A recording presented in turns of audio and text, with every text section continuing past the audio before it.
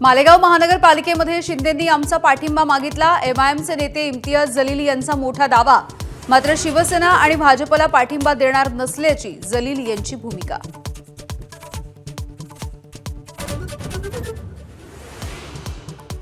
29 महानगरपालिकांच्या आरक्षणाची सोडत 22 जानेवारीला काढली जाणार। यंदा महापौर आरक्षणाची रोटेशन पद्धत खुल्या प्रवर्गापासून सुरू होण्याची शक्यता। नगरविकास विभागाच्या निर्णयाकडे लक्ष।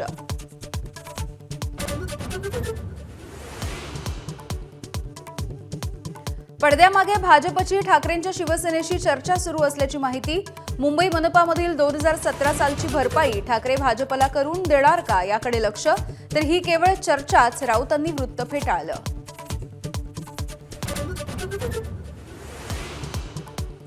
नगरसेवकांची फाटाफूट टाळण्यासाठी एकनाथ शिंदेंची मुंबईमध्ये धावाधाव। नवनिर्वाचित नगरसेवकांचा आजच गट स्थापन करण्याची शक्यता। कायदेशीर प्रक्रिया पूर्ण करणार।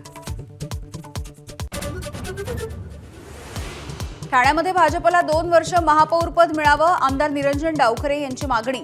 जनतेची कामं करायला पद महत्वाची, अन्यथा विरोधात बसू। शिवसेनेला थेट इशारा।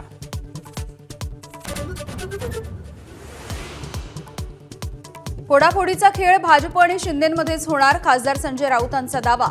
कल्याण डोंबिवलीमध्ये शिंदेंकडून भाजपचे नगरसेवक फोडण्याची तयारी। राऊतांचं वक्तव्य।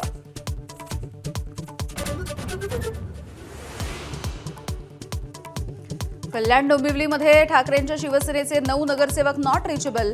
उपमुख्यमंत्री शिंदेंच्या संपर्कात असल्याची माहिती। सत्ता स्थापनेसाठी शिंदेंना 9 नगरसेवकांची गरज।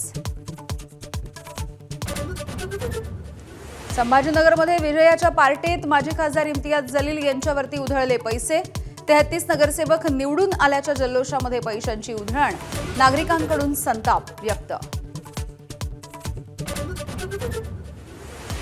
मुंबईमध्ये पोर्ट ट्रस्टच्या जागेवरती आलिशान 30 मजली बिहार भवन उभं राहणार। प्रकल्पाला प्रशासकीय मान्यता। मनसेचा कडाडून विरोध। सोन्या चांदीच्या दरामध्ये मोठी वाढ। 1 किलो चांदीचा दर 3,03,850 रुपयांवर। प्रतितोळा सोन्याचा दर 1,48,00,000 रुपये। एबीपी माझा, उघडा डोळे बघा नीट।